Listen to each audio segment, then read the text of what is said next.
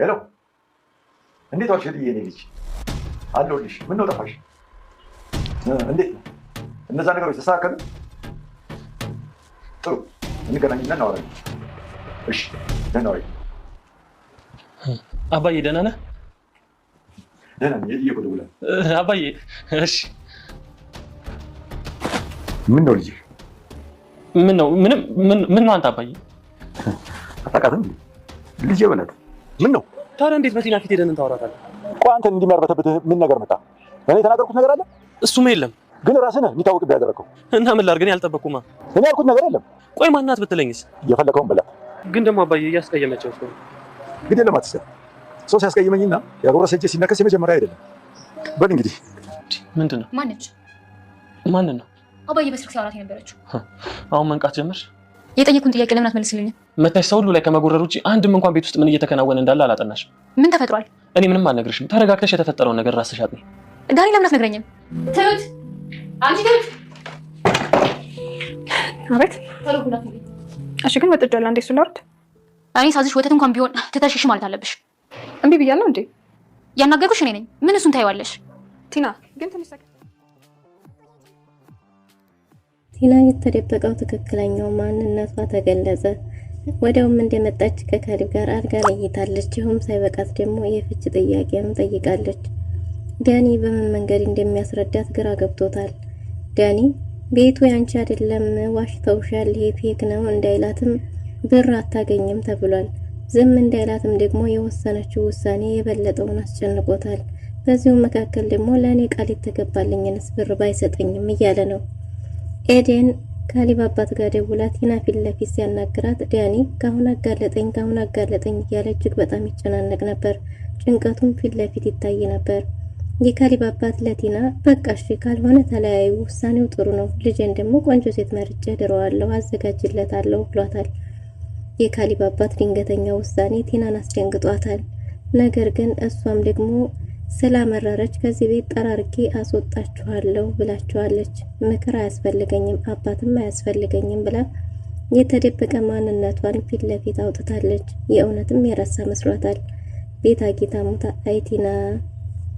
ሰላም ሰላም፣ ውድና የተወደዳችሁ ውድ ቤተሰቦች እንደምን አላችሁ? በያላችሁበት የዓለም ዳርቻ ሰላማችሁ በዘት ተተረፍ ይበለን እያለን ዛሬም በአዲስና በትኩስ መተናል። እናንተም በቅንነት ላይክ፣ ሼር፣ ሰብስክራይብ እያደረጋችሁ ቤተሰብ ታደርጉን ዘንድ በትህትና እንጠይቃለን። ቤተሰብ ታደርጋችሁን ሁሉ ከልብ እናመሰግናለን። ግፈኛዋ ሚስትና እንግዲህ የትሁት ፍጥጫ ተከታታይ ድራማ በባለፈው ክፍል እንዴት ተመለከት ነው። ቲና መዝናኛ ከሄደችበት ወደ ቤት ተመልሳ ነበር። ወደ ቤት ስትመለስ ግን ያቺ ስታስመስል የነበረችው ቲና ያንኑ የማስመሰሉን ልብሱን ልቅ አርጋ ጥለው ትክክለኛ ቲና ማንነቷን ይዛ ነበር ወደ ቤት የተመለሰችው። ወደ ቤት ስትመለስም ዳኒን ስማ ሌላዎቹን በእጇ ነበር ሰላም ያለቻቸው። ካሊብም ተሽቆጥቁጦ ይጠብቀኛል ስትለው የበለጠ የካሊብ መረጋጋትና ሁኔታው የተፈጠረው የበለጠ ቢያበሳጫትም ነገር ግን ከዚህ በኋላ ከአንድም ሰው ጋር መኖር አልፈልግም ብላለች። እንዲሁም የፈረደባትን ትሁትን ከቤት እንደምታባረራት ደጋግማ ነግራታለች። መጀመሪያ የቂጤና ልጅ ዝንጀሮ፣ ስለዚህ መጀመሪያ ስለራስሽ ብታረጋግጪ አይሻልም ብትላትም ከዚህ በኋላ እኔ የማንም ታዛዥ አይደለሁም፣ እኔ ንግስት ነኝ፣ እያንዳንድሽ መንቅሬ አስወጣሻለሁ ብላ እየዛተች ትገኛለች። በእርግጥም የካሊብ አባት የጠበቀው ያንኑ ነበር። ምን የካሊብ አባት? ካሊብ ራሱ ስትመጣ ፍች እንደምትጠይቀው ግልጽ ነበር። እናም እንግዲህ የት እንደከረመችና እንዴት ያለችበትን ሳታሳውቅ ድንገት እንደጠፋች ቢጠይቋትም መዝናናት ፈልጋ እንደነበረና በተዝናንታ ፏፍንትሽ ብላ እንደመጣች ከአንዳንዶች ጭቅጫቄም እንዳረፈች እንዲሁ ትሁት ፊት ለፊቷ ስለነበረች ስለ ትሁትም ነቆር አርጋታለች እና ትሁትንም ውጪ ብላት ነበር። ትሁት የትም እንደማትወጣ ካሊብም አስረግጦ ነግሯታል። እናም እንግዲህ ከዚህ በኋላ እሷ እንደፈለገች እንጂ ማንም እንደፈለገ ሊያሳት እንደማይችል እርግጠኛ ሆና ቲና መናገር ቀጥላለች። ካሊብም ማታ ክፍል ውስጥ ገብቶ አልጋው ቁጭ ብሎ መጽሐፍ ይዞ ቁጭ ብሏል እና ሂደም አልጋ ለቀውጣ ሶፋ ላይ ተኛ ለማለት ምንም አልቀራትም ነበር። ከዛ እኔ አልጋ ላይ አልተኛም፣ ካንተ ጋር መተኛት አልፈልግም፣ እምተኛው ሶፋ ላይ ነው ስትለው ይቅናሽ፣ በሩን ዘግተሽ ትወጪልኝ ሲላት እንዴት አትለምነኝም እንዴ? የትገባሽስ ብለህ እንዴት አትደውልልኝም? ለምን አልፈለከኝም? ብላ ራሷ በጠየቀችው ጥያቄ ራሷ ስትበሳጭም ተመልክተናታል።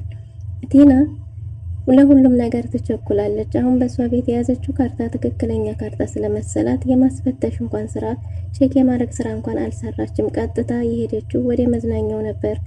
እንግዲህ ምናልባትም ዲያኒ እንዳለው መዝናኛ ስትዝናና የነበረው አንዱ ሪዞርት ሂዳ የነበረው ምናልባትም ካርታ አለኝ ብላ ተማምና ተበድራም ሊሆን ይችላል። አይቲና የቲና መጨረሻ ይናፈቀው መጥፎ ማንነት ለጊዜው ይደበቅ ይሆናል እንጂ የሆነ ጊዜ መገለጡ አይቀርም።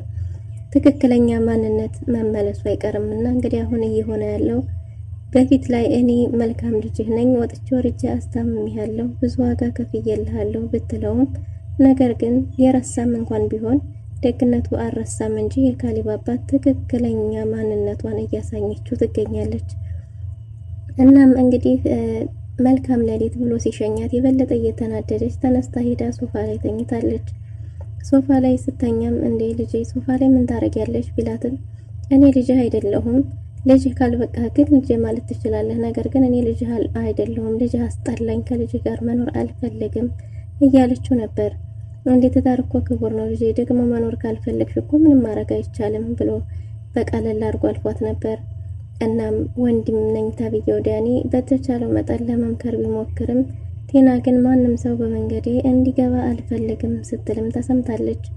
እናም እንግዲህ በተደጋጋሚ ሶፋ ላይ ማደሩንም ቀጥለዋለች። የሶፋ ማደሩ አልመች ቢላት ካሌብን አንተ ሶፋ ላይ ሄደህ ተኛ፣ ይህ ቤት ከዚህ በኋላ የኔና የኔ ነው፣ እኔ ብቻ ነኝ ማዘዝ የምችለው፣ ጠራርጌ ነው ማስወጣችሁ፣ እስከዛው ግን መኝታ ክፍል ለቀህ ውጣ ብትለውም ማኖች ማናሶች እንደሆነ እናያለን። ይሄው እንደምትመለከችኝ መጽሐፍ እያነበብኩ ነው። መጽሐፍ ደግሞ ከድድብና ያድናል። አንዳንድ ደደቦችን ላለመምሰል መጽሐፍ እያነበብኩ ነው ብሎ ባዶ ጭንቅላት እንደሆነች ቢነግራትም ነገር ግን ቲና በጭራሽ ይሄ ነገር ሊገባት አልቻለም። እናም አሁንም በንዴት ተናዳ አይደል ነገ ተነገ ወዲያ ታያለህ እንዴት አድርጌ መንቅሬ እንደማስወጣ ብላ ተነስታ አሁንም ሶፋ ላይ አድራለች። ሶፋ ላይ አድራ በጧቱ ተነስቶ የካሌብ አባት እንግዲህ ወደዛ ወደተኛችበት ሶፋ አካባቢ ሲደርስም የተመለከተው የተነጣጠፈ እንደ ልጄ እዚህ ምን ታረጊያለሽ ቢላትም እሷም ከሱ ጋር መኖር እንዲያስጠላት ደጋግማ ነግረዋለች።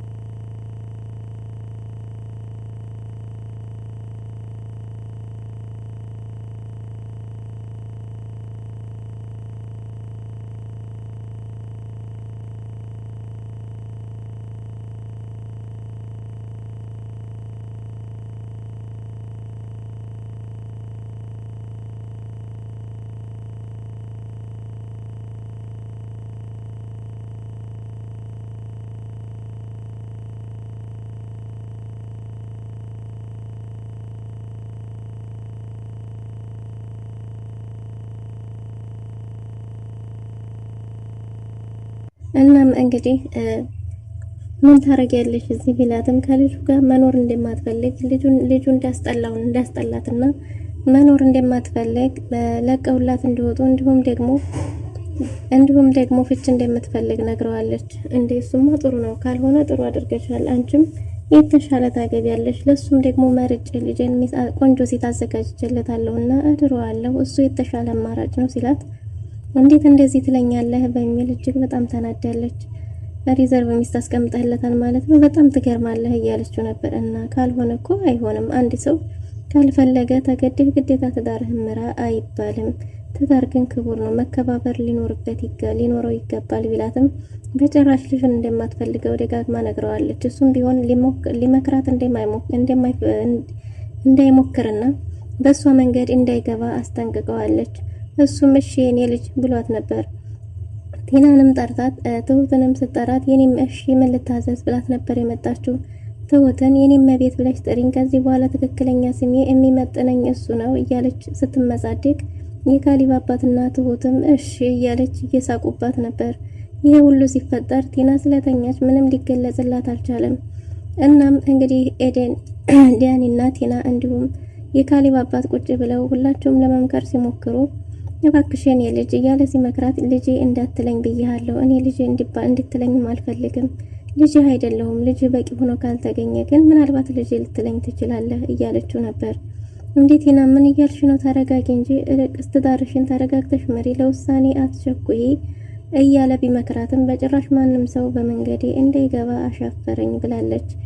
እናም እንግዲህ ይህንን የተመለከተው ዳኒ ሁኔታው ቢያሳስበው ለብቻዋም ለማናገር ሞክሮ ነበር። እባክሽ ለውሳኔ አትቸኩይ እያለ ቢለምናትም እሷም አይመለከትህም ብለዋለች። በውሳኔ እርግጠኛና ትክክለኛ ነኝ። ይህን ሁሉ እምደክመው ደግሞ ላንተ ብዬ ነበር። እኔ ከዚህ በኋላ ከሱ ጋር መኖር አልፈልግም። ሊያልፍላት ከአንተ ጋር ነው መኖር የምፈልገው ብላለች። ዳኒ ደግሞ በጭራሽ ገንዘቧን እንጂ እሷን እንደማይፈልጋት ብታቅ ጦርነቱ ከማን ጋር ሊሆን ይችል ይሆን? እናም እንግዲህ የማንንም ነገር አልሰማም ብትልም ከሷ ባህሪ የሚጠላው ይሄን ድርቅናዋን እንደሆነ ቢነግራትም በጭራሽ ግን ሰርፕራይዝ አለኝ ዛሬ ጠብቁ ብላለች። ባስብላ እንግዲህ የዳኒ የካሊብ አባትን መማፀን ጀምሯል። ልጄን እድረዋለሁ ሲል ካሊብን እድረዋለሁ አልካሉ። እኔስ ልጅህ አይደለሁም ወይ? ቀድመህ ለምን አደረኝም እያለው ነበር። እሺ እንደ ሁኔታው እናያለን፣ ግን ደግሞ ለልጄ ጥሩ ሚስትና መልካም ሴት ፈልጎ መርጦ አማርጦ እንዲያገባ አደርጋለሁ እያለው ነበር። እኔስ ልጅ አይደለሁም ወይ ቢለውም አንተም ልጄ ነህ እና እንደ ሁኔታው አይተን እድርሃለሁ ብሎታል። እሺ የገባልኝን ቃልስ የቲናን ካጠፍክ የኔን ቃልስ እንደማታጠፍ እንዴት እርግጠኛ መሆን ይችላለሁ እያለ ደጋግሞ ቢጠይቀውም እንግዲህ ማመን ካለብህ ማመን አለብህ፣ ካልሆነ ደግሞ የራስህ ጉዳይ ነው ብሎታል። መንገርም ከፈለክ ነገራት፣ ግን ከነገርካት ደግሞ ገንዘብህን አታገኝም ብሎታል። ዳኒ መናገር ፈልጓል፣ ግን ምክንያቱም ውሳኔዋ ስለጠናች በውሳኔዋ ስለጸናች ታይ በኋላ የሚጸጽትሽን አታድርጊ እያላሽ ሟጦ ቢነግራትም በጭራሽ ሊገባት አልቻለም። እንዳይናገር ደግሞ ቃል የተገባለት ገንዘብ ይቀርብኛል ብሎ ፈርቷል። ብቻ ዳኒ አጣብቂኝ ውስጥ ገብቷል። በዚሁ መሀል ተሰብስበው ሳሉ ነበር ኤደን ለካሊብ አባት ደውላለት ሲያወሩ እንዴት ነሽ የኔ ልጅ እንገናኛለን እናወራለን እያሉ ሲያወሩ ኤደን ብሎ ስሟን ስለጠራ ብቻ ያለበት ይገንበት ያሉት ነገር አበው እሱም ተከታትሎ ወጥቶ እንዴት አባዬ እንደዛ ትላለህ ብሎት ነበር። ምን ተነካ? እኔ ማናት ምንድናት ብዬ የተናገርኩት ነገር አለ? አንተ ጋር የሚደርስ ነገር ምንድነው ከኔ አንደበት የወጣው? ስለዚህ አርፈህ ተቀመጥ፣ እኔ ምንድነው ያረኩት ነገር እያለው ነበር። እና ቢሆንስ እንዴት ፊልቲና ፊት ለፊት ኤደን ብለህ ታወራለህ አባዬ እያለው ነበር።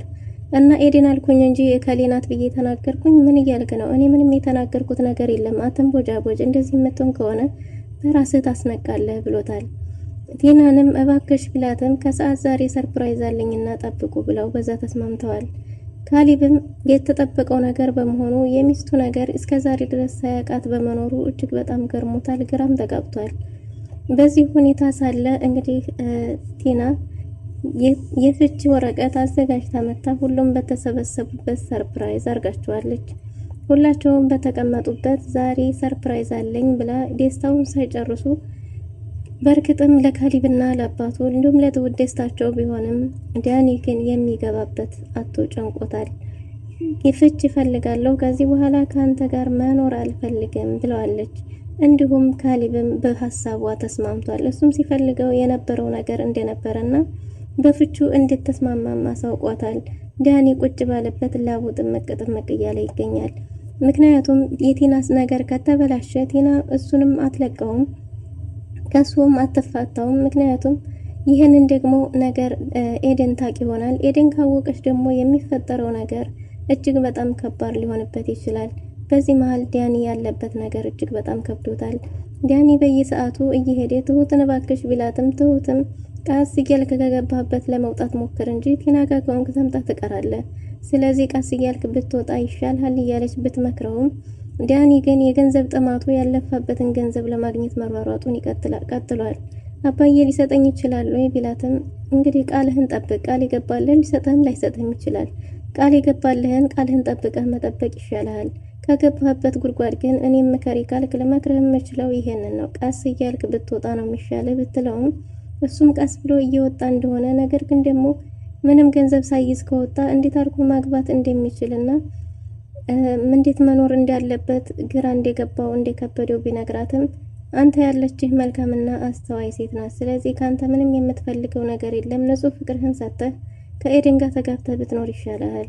ካልሆነ ግን እሷንም ልታጣት ትችላለህ። ምናልባትም ካሊብና አባዬ ኤደን ላይ አይናቸውን ሳይጥሉባት አልቀሩም ብላ የበለጠ መርዶውን አሰምተዋለች።